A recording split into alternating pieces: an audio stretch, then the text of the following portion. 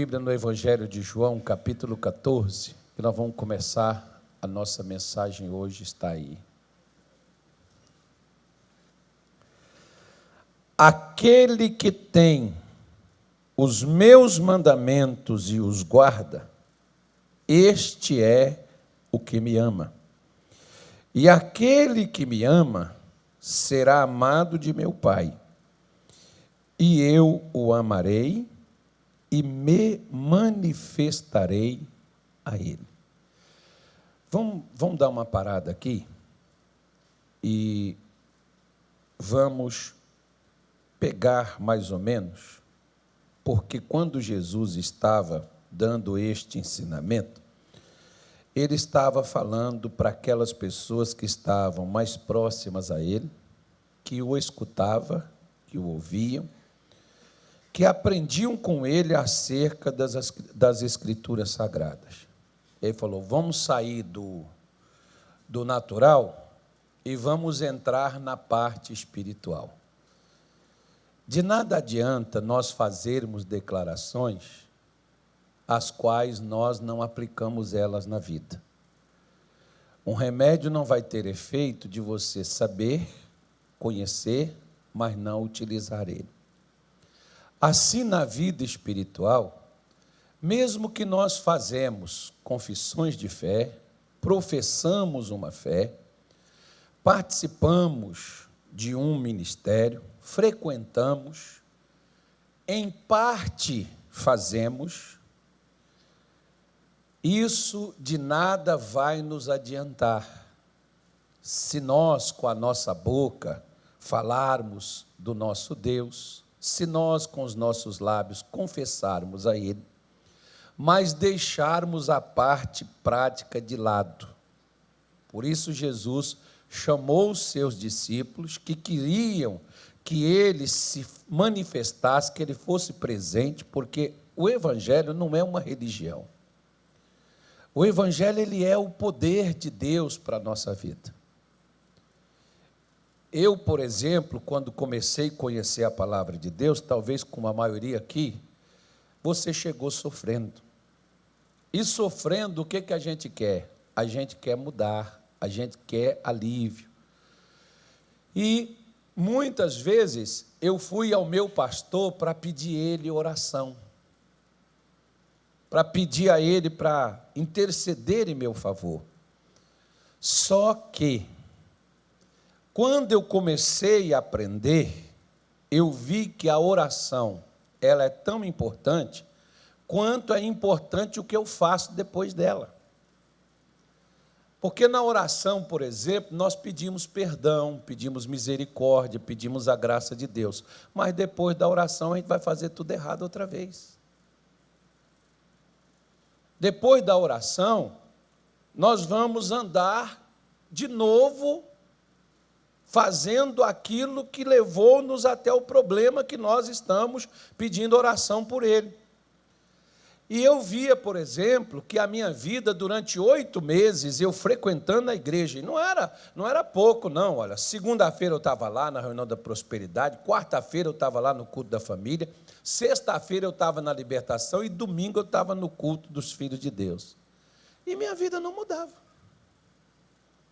E não era por falta de oração, não. Eu orava, que buscava a presença de Deus, que às vezes assim no lugar onde eu me ajoelhava, que eu buscava a Deus ali, ficava até molhado do choro, das lágrimas, das angústias que caíam saiu do meu coração, que caíam as lágrimas dos meus olhos, e minha vida não mudava. Fazia praticamente aquilo que eu achava, aqueles rituais, aquelas coisas. Não, você tem que vir participar do culto, tá bom, é bom você vir participar do culto, mas é bom a gente ouvir o que no culto é falado, levar conosco para casa, Até uma vez, por exemplo, eu ouvi um pastor, e ele estava dizendo o seguinte, ele disse assim, se a pregação na hora do culto não deixar você desconcertado, você está saindo do mesmo jeito da igreja, porque a pregação tem que mexer com você para fazer você ficar pensando nela, para fazer você ficar lembrando dela, porque o nosso problema não é dentro da igreja, o nosso problema é lá fora. O nosso problema é quando nós estamos em casa, o nosso problema é quando nós temos que lidar com pessoas não crentes. O nosso problema é quando nós temos que aplicar na nossa vida aquilo que na igreja nós ouvimos. Aquilo que na igreja nós aprendemos, porque nós somos trazidos para dentro da igreja para sermos orientados por Deus. E o que vai mudar a nossa vida é aquela orientação que Deus vai nos dar. E se eu não fizer aquilo que Deus está me orientando, eu posso ficar, olha, em nome de Jesus, Pai, eu te amo, oh, Jesus, eu te adoro. Amém. Eu posso falar isso. Mas Jesus vai manifestar? Não. Alguns até faz aquela coisa assim um pouquinho mais melosa, paizinho amado, meu Deus, meu coração é teu, minha vida é tua. Até nós choramos emocionados, caem as lágrimas, saímos do culto e voltamos de novo para a mesma etapa, para a mesma coisa da nossa vida que não muda. E nós começamos a questionar, às vezes, a nossa fé, começamos a questionar, às vezes, o ministério, começamos a achar que falta unção nos nossos pregadores, quando, na verdade, o que falta na nossa vida? Falta uma coisa: se alinhar com Deus. Estamos desalinhados, desajustados. Por quê? Porque nós não podemos apenas obedecer a Deus em parte. Oração é um mandamento. Deus mandou orar sem cessar. 1 Tessalonicenses 5,17. Eu estou orando, pastor. Às vezes eu fiquei, quando eu comecei, por exemplo, no ministério, às vezes eu faltava perder os cabelos. Acho que foi por isso que eu fiquei careca. Porque as pessoas chegavam, pastor, eu não sei por que minha vida está assim. E eu estou querendo respostas e pedindo a Deus respostas e orando pelas pessoas, para que Deus atendesse a elas, até que eu cheguei ao nível de poder compreender e entender que nós não temos somente ouvir. Nós precisamos colocar na prática o que nós ouvimos. Aquilo que nós aprendemos é para nós levarmos para fora e aplicarmos aquilo na nossa vida. Não adianta você ter o remédio na sua bolsa que cura, que te protege, que livra você de qualquer problema, e você não toma ele. Assim é a palavra de Deus para quem não obedece a ela. Por isso Jesus está dizendo, olha, se você me ama, você não vai apenas expressar isso em palavras. É bom, é legal, é gostoso? Claro que é. A gente expressar o amor a Deus, como você expressa o amor ao filho, expressa o marido, expressa o amor à esposa, mas de que adianta o marido dizer para a esposa, eu te amo, e trai ela? O que adianta ele, num momento romântico, dizer eu te amo, e depois maltratar a esposa com palavras duras e pesadas em outros momentos? É melhor que ele não diga, mas pelo menos trate a esposa com respeito, com carinho, como ela deve ser tratada. O amor não é expressado somente em palavras, o amor é expressado em gestos. É por isso que de vez em quando você vê na televisão aquele pessoal que faz aquelas chamadas loucuras de amor. A pessoa está fazendo algo para demonstrar o amor que tem, ela não precisa falar eu te amo, para fazer uma coisa daquela lá, é a demonstração do amor que ela tem. Assim nós, quando ouvimos a palavra de Deus e nós praticamos ela, é a maior demonstração de amor. E Jesus, o que ele faz? Ele interage conosco. Ele não deixa só a gente expressar, não. Ele diz, se você me ama, você vai guardar os meus mandamentos. Você vai fazer o que eu estou te falando. E eu vou me manifestar a você, eu vou me tornar claro, público. Ele não vai ficar lá no céu, como nós imaginamos que ele esteja lá. Não, ele vai ficar aqui. Ele vai descer, ele vai estar conosco aqui. Não precisa eu chamar ele para cá. Eu não preciso pedir a ele para ele vir aqui. Aquilo que eu estou fazendo já trouxe ele aonde eu estou. Se nós temos que, nas nossas orações, pedir a ele para ele descer, certamente nas nossas atitudes, nós não estamos fazendo ele estar no nosso meio. Porque quando nós pegamos a palavra dele e nós aplicamos ela na nossa vida, nós estamos trazendo ele para dentro de nós. Lá no capítulo 15 do livro de Samuel, 1 Samuel, capítulo 15, diz assim, olha, capítulo 15, versículo de número 1, está escrito assim: Então disse Samuel a Saul: Enviou-me o Senhor a ungir-te rei sobre o seu povo, sobre Israel. Ouve, pois, agora a voz das palavras do Senhor.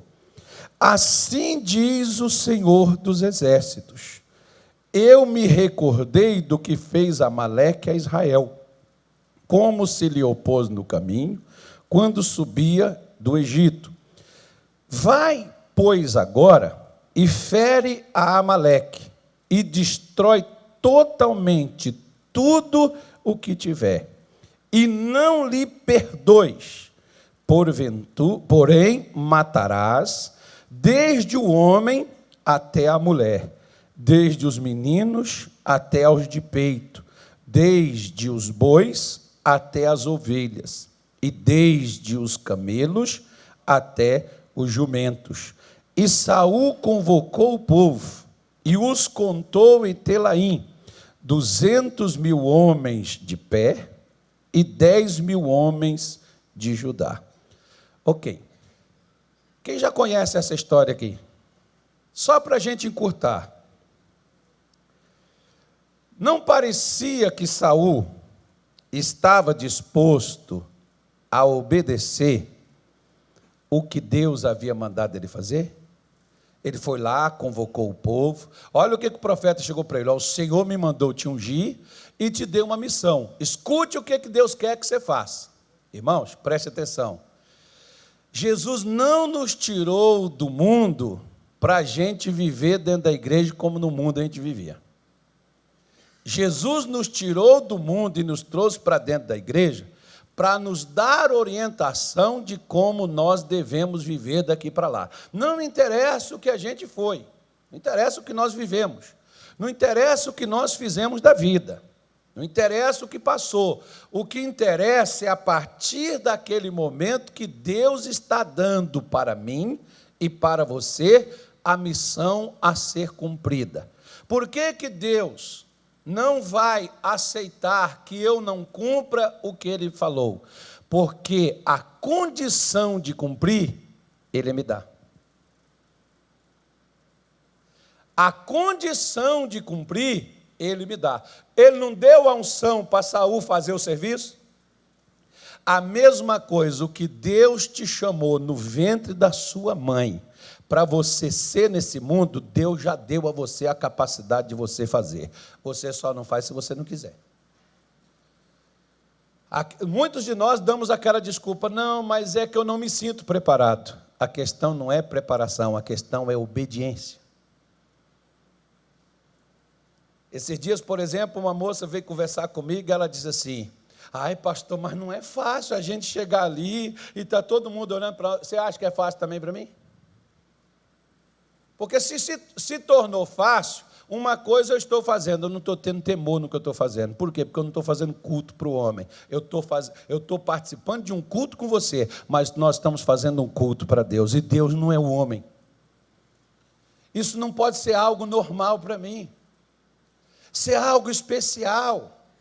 Deus me dá a oportunidade de estar na casa dEle, na presença dEle, e isso não é qualquer coisa. Então eu não posso fazer como se fosse um teatro, como se fosse uma apresentação ou qualquer outra coisa. Isso é um culto. Eu não posso vir para cá como se eu vou para qualquer outra palestra. E se eu me preparo para poder fazer uma palestra sobre qualquer outra coisa lá fora, como que eu vou fazer um culto para Deus de qualquer forma? Como que eu vou fazer um culto para Deus de qualquer maneira? Então, aquilo que Deus requer de mim e de você para fazer, Ele já te deu a capacidade. Agora, nós podemos fazer o seguinte: não querer fazer do jeito dele e fazer do nosso. A maioria de nós cristãos não obedecemos a Deus 100%, nós obedecemos parcialmente e reivindicamos todas as bênçãos, e ai de Deus se Ele não der ela para nós. Você pode ver que tem pessoas que elas discutem com Deus: pastor, não estou entendendo, eu estou na igreja, eu estou vindo, eu estou orando, eu estou participando do culto, eu sou dizimista, eu dou o dízimo, eu dou oferta, pastor, por que Deus não está me abençoando? Então preste atenção. Qual foi a ordem dada por Deus? Pega, vá, destrói tudo, todos os homens, todos os animais, mulheres, crianças, tudo, não deixa nada, zera tudo. Pastor, que coisa horrível. Bom, isso é outra mensagem. Deixa isso para lá, que nós vamos cuidar disso depois. Depois eu posso te explicar por que Deus mandou fazer isso. Aí, o que aconteceu? Saul foi, reuniu o exército e foi para esse local para cumprir a ordem de Deus. Ele matou 2.999.000 pessoas. Eram 3 milhões de amalequitas. Ele deixou um vivo. O rebanho, que Deus havia dito que era para destruir tudo, o que ele fez com o melhor do rebanho que tinha lá? Ele separou. E separou com qual intenção? Fazer o quê? Um sacrifício para o Senhor. Mas o Senhor tinha pedido dele sacrifício? Esses dias atrás eu vi uma nota. Um pastor, num local aí, ele foi fazer 30 dias de jejum, sem comer e sem beber. E ele morreu. Mas o camarada foi fazer um jejum e morreu? Por que Deus deixou ele morrer? Deus mandou ele fazer. Você vê, Deus mandou Moisés fazer 40 dias. Mas foi Deus que mandou. É um sacrifício. Mas Deus pediu. A mesma coisa. Tem gente que pega a casa e vende, e dá de oferta na igreja. Pega o carro, pega o salário todo que ganha e dá de oferta. Amém. Deus mandou você fazer? Pode esperar a recompensa do que Ele te mandou fazer, porque Ele vai dar. Agora, se Deus não te mandou, você vai ficar sem casa, sem carro, sem salário, passando fome. Por quê? Porque Deus não te pediu aquilo. Deus só é responsável por mim se eu estou fazendo o que Ele me mandou fazer. Se eu não faço o que Ele me mandou, Ele não tem responsabilidade nenhuma comigo, irmão. Eu estou fazendo algo meu, ou da minha forma, ou do meu jeito. Saul, Deus mandou ele ir fazer de uma maneira e ele mudou a maneira colocada por Deus. E quando o profeta chegou, olha o que ele falou, versículo 10, diz assim, olha o que Deus falou acerca do Saul. E que Deus nunca fale isso acerca de nenhum de nós aqui.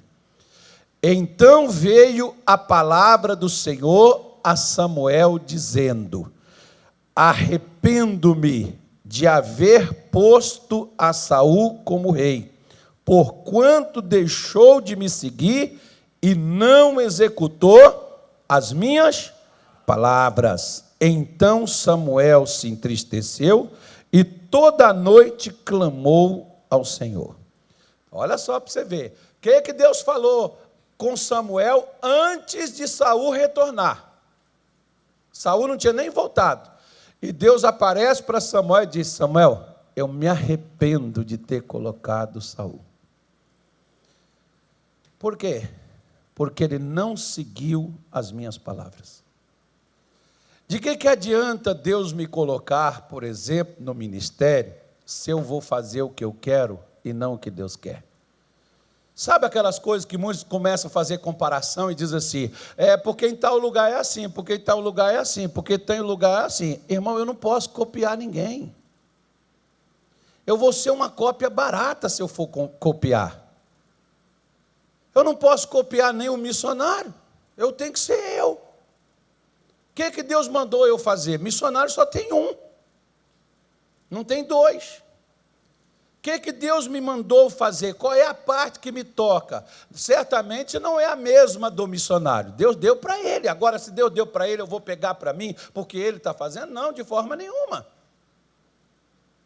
Eu tenho que cumprir e fazer com aquilo que eu fui chamado para poder fazer, porque eu vou dar conta do que Deus deu para mim e eu não executei. Eu não executei por quê? Porque era difícil? Não, porque eu optei por não fazê-lo.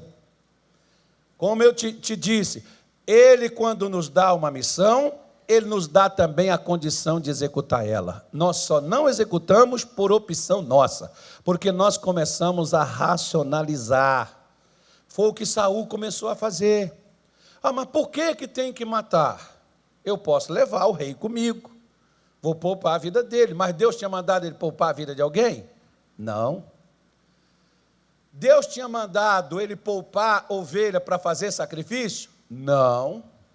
Então, quando Deus falar com você, coloque o que Deus te falou e cumpra na íntegra. Porque é tão grave com quem rouba R$1 como quem rouba 1 milhão. É tão culpado quem comete 10 crimes quanto quem comete 1. A proporção só aumentou. Mas o problema é gerado por um só. Assim como não existe meia verdade e meia mentira, porque é verdade ou é mentira, assim também não existe meia obediência. Ou é obediência total, ou a parcial não vai servir. Para Deus, não.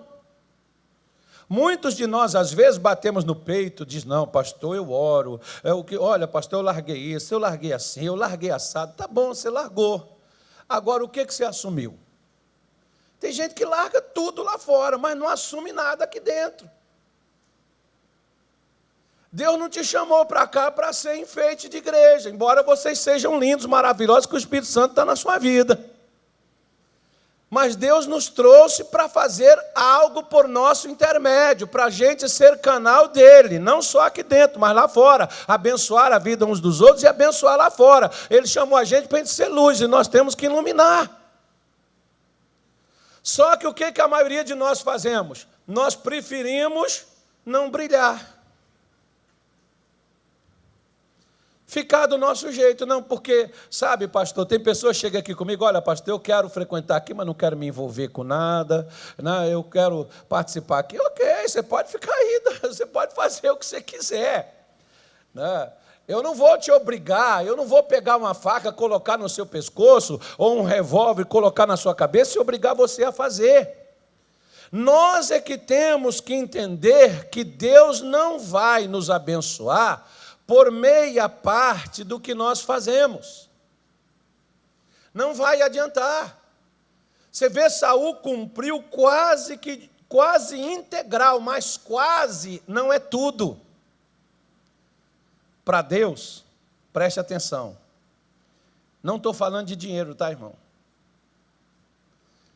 Para Deus, é tudo ou nada. Porque se não for tudo, Ele não tem como nos recompensar. E nós vamos cobrar isso dele. Quando a gente faz meia boca ou meia parte, nós vamos cobrar dele não nos abençoar. E Ele não vai nos abençoar porque Jesus disse claramente, o que me ama guarda os meus mandamentos, e eu virei e me manifestarei.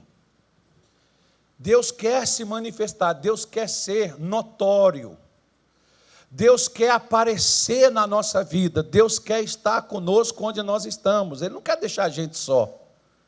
Mas por que Ele não vem? Justamente por causa disso. Nós às vezes fazemos como Saul, e Deus chega e diz claramente, Samuel, ele deixou de executar as minhas palavras, eu me arrependi de ter colocado ele onde eu coloquei, ele não serve. Eu dei para ele, e ele não fez porque ele não quis fazer, foi escolha dele. Ele tinha unção, ele tinha a capacidade, e ele poderia fazer, e não fez. Quantos de nós, às vezes, Deus dá a condição, Deus dá a capacidade, Deus dá a direção, mas nós não temos a coragem de passar, nós não temos a coragem de ir, nós não temos a coragem de fazer. Por que que às vezes padecemos tanto? E por que que Deus não interfere? Por que que Deus não se manifesta? Por que que Deus não se torna presente na nossa vida e muda a nossa história? E a maioria de nós, às vezes, quando passamos por isso, e o ser humano pode passar, o cristão pode passar por aquilo que nós chamamos de provação, mas a maioria, irmão, não é provação. A maioria é rebelião. Saul não pegou a coroa e jogou fora, Saul não se desconsagrou e diz, não vou ser mais rei. Não. Tem pessoas que dizem assim para a gente, pastor, eu encontrei o caminho, daqui eu não saio, daqui nunca mais eu vou arredar o meu pé. Deus não quer só que você entre na igreja e fique nela estatalado como uma estátua. Deus quer que você venha para a igreja com uma intenção no seu coração, deixar de ser você e ser o que Deus quer.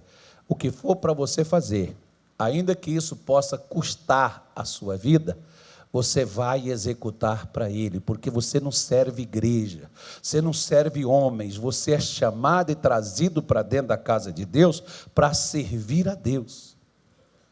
Só que nós não queremos, nós queremos a coisa, não, eu quero assim, eu quero dessa maneira, eu quero assim, eu quero assado, eu vou fazer desse, eu vou fazer daquela maneira. E nós queremos que Deus aceite negociar com a gente, quer ver? Quando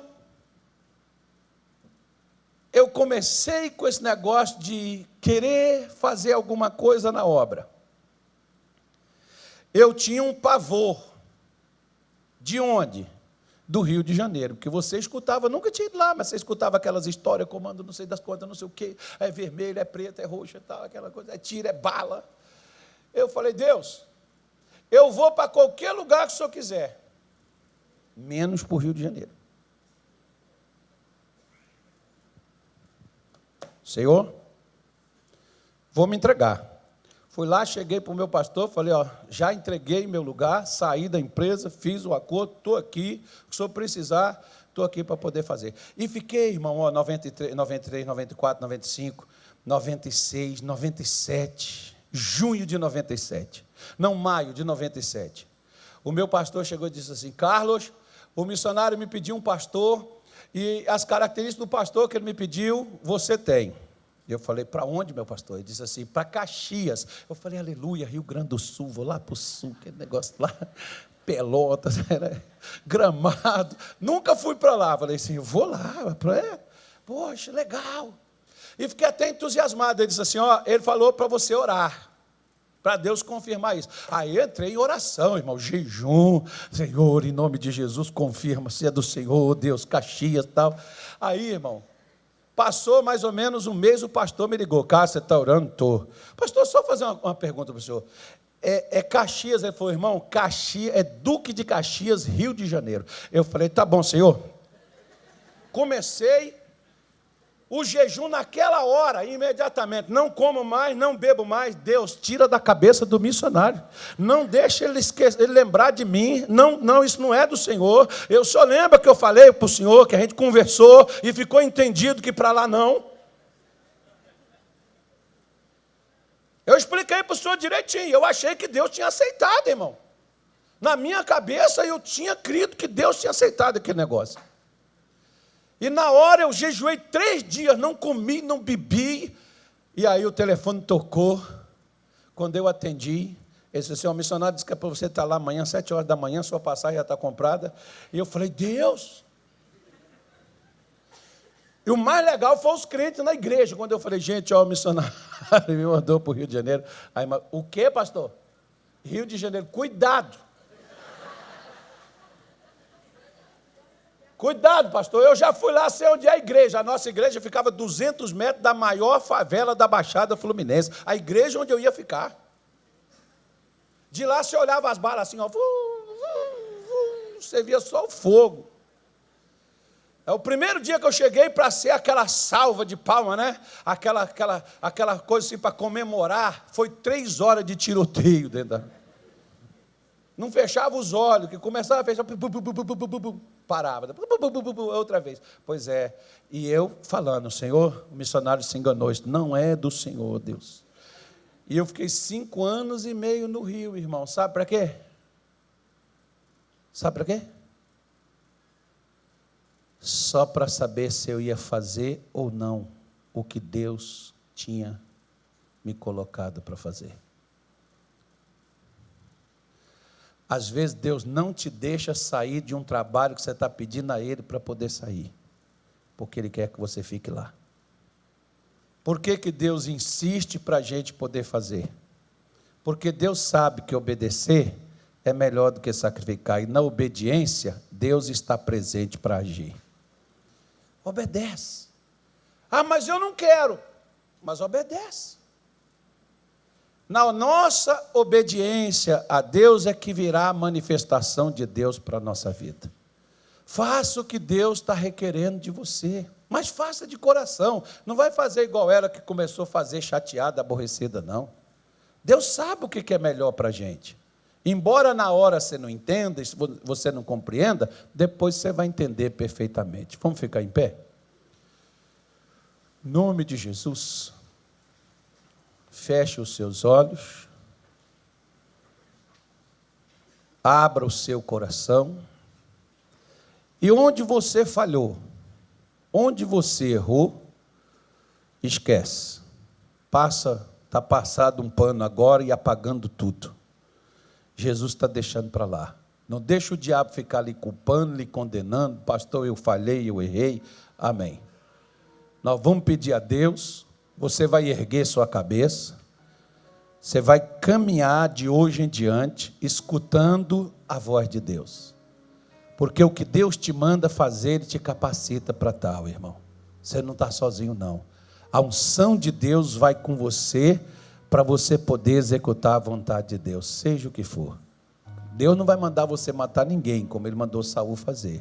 Ele não vai mandar fazer isso. Às vezes Deus vai mandar você ir testemunhar lá para o seu patrão. Pastor, ele não é crente. É Ele mesmo que Deus quer. O mesmo Jesus que diz para nós não deixar de congregar, é o mesmo Jesus que diz para a gente ir para todo mundo e pregar o evangelho a toda criatura.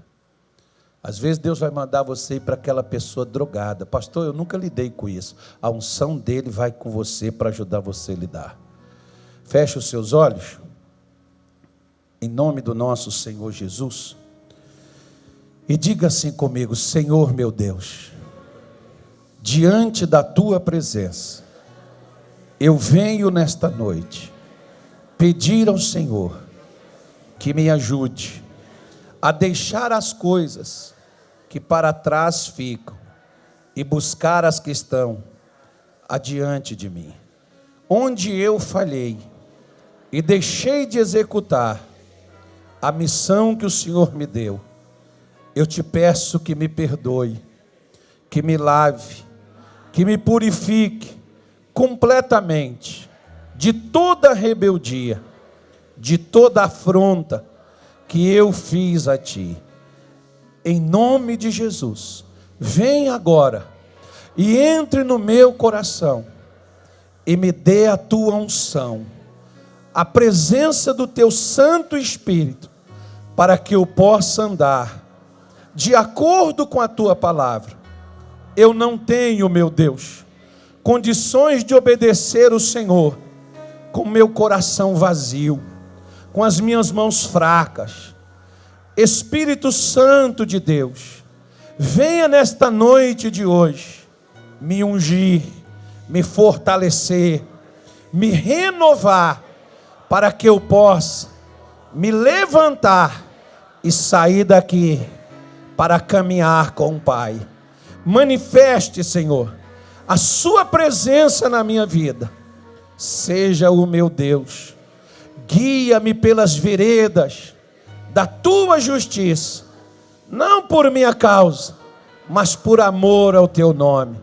Ajude-me, Senhor, porque é dependendo de Ti que eu estou aqui, nesta noite de hoje, a lhe pedir que seja comigo e me dê mais uma oportunidade de fazer a Tua vontade, aqui na terra, como ela é feita no céu. Digam graças a Deus. Bate uma mão na outra assim para você ver o que dá, ó.